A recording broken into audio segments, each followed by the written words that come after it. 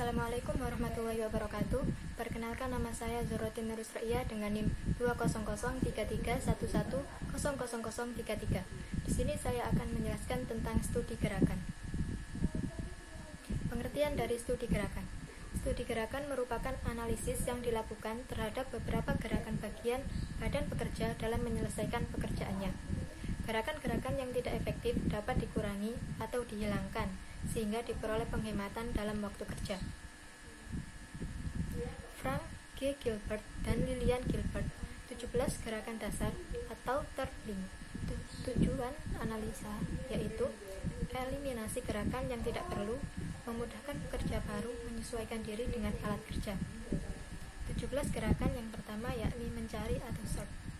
Gerakan dasar untuk menemukan objek lokasi yang bekerja adalah mata. Gerakan dimulai saat mata mencari objek sampai ditemukan, merupakan gerakan tidak efektif, dapat dihindarkan. Yang kedua, memilih atau select. Gerakan menemukan suatu objek yang tercampur, tangan dan mata yang digunakan, dimulai saat mata dan tangan mulai memilih, berakhir bila objek ditemukan. Gerakan tidak efektif dan perlu dihindarkan. Yang ketiga, memegang atau grasp. Gerakan memegang objek biasanya didahului gerakan menjangkau dan dilanjutkan dengan membawa. Yang kedua, gerakan efektif. Yang keempat yakni menjangkau atau reach. Gerakan tangan berpindah tempat tanpa beban, baik gerakan mendekati maupun menjauhi objek. Didahului gerakan melepas dan diikuti gerakan memegang. Dimulai saat tangan mulai berpindah dan berakhir bila tangan mulai berhenti. Yang kelima, membawa atau move. Gerakan perpindahan tangan, hanya tangan dalam keadaan dibeban. Didahului gerakan memegang, dilanjutkan melepas atau pengarahan. Gerakan ini dimulai dan berakhir pada saat yang sama dengan menjangkau.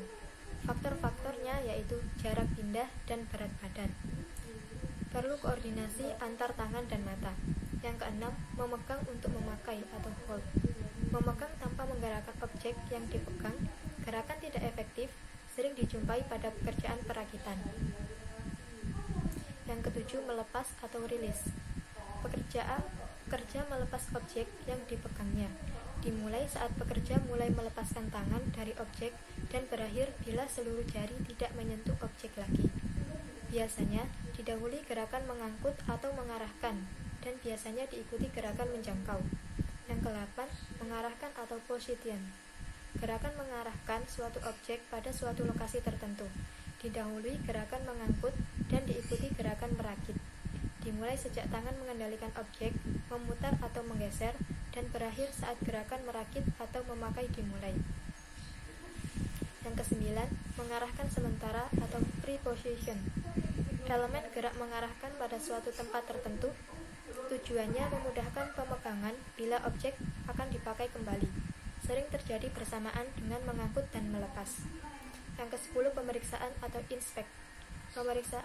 Pekerjaan memeriksa objek untuk mengetahui apakah objek telah memenuhi syarat tertentu. Membandingkan dengan suatu standar, waktu ditentukan kejelian operator menemukan perbedaan. Yang ke-11, perakitan atau assembly. Gerakan menggabungkan suatu objek dengan objek lain menjadi satu kesatuan. Didahului membawa atau mengarahkan, dilanjutkan melepas. Dimulai bila objek sudah siap dipasang dan berakhir bila objek sudah tergabung.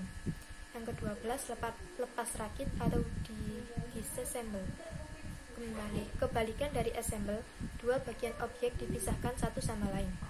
Biasanya didahului memegang, dilanjutkan membawa atau melepas. Dimulai saat pemegangan selesai dan dilanjutkan usaha memisah. Berakhir bila objek telah terpisah. Yang ke-13, memakai atau use. Bila satu tangan atau dua-duanya dipakai menggunakan alat. Lama waktu tergantung jenis pekerjaan dan keterampilan. Yang ke-14, kelambatan yang tak terhindarkan atau unavoidable delay. Kelambatan yang diakibatkan hal di luar kemampuan. Sering disebut gangguan, seperti mati listrik, alat rusak. Dikurangi dengan perubahan atau perbaikan proses. Yang ke-15, kelambatan yang dapat dihindarkan atau avoidable delay. Disebabkan pekerja sendiri, baik disengaja atau tidak. Perbaikan pada pekerja bukan pada proses operasi. Yang ke-16, merencana atau plan. Proses mental operator berpikir untuk menentukan tindakan yang akan dilakukan. Yang ke-17, istirahat untuk menghilangkan fatigue. Rest to overcome fatigue. Tidak terjadi pada setiap siklus, tetapi terjadi secara periodik. Waktunya berbeda tergantung jenis kerja dan individunya. Ekonomi gerakan. Pengertian dari ekonomi gerakan yaitu untuk mendapatkan hasil kerja yang baik diperlukan rancangan sistem kerja yang baik. Prinsip ekonomi gerakan dihubungkan dengan tubuh manusia dan gerakan-gerakannya, pengaturan tata letak tempat kerja, dan perancangan peralatan kerja. Pengaturan tata letak tempat kerja diusahakan agar bahan dan peralatan tempatnya tetap. Penempatan di tempat yang mudah, cepat, dan enak dijangkau. Daerah kerja normal sampai maksimum. Memanfaatkan gaya berat, mekanisme penyaluran objek yang baik, urutan penyampaian yang baik, tinggi tempat kerja dan kursi yang baik, tipe dan tinggi kursi, tata letak peralatan dan pencahayaan. Perancangan peralatan kerja. Peralatan dirancang lebih dari kegunaannya, mudah pemegangan dan penyimpanan.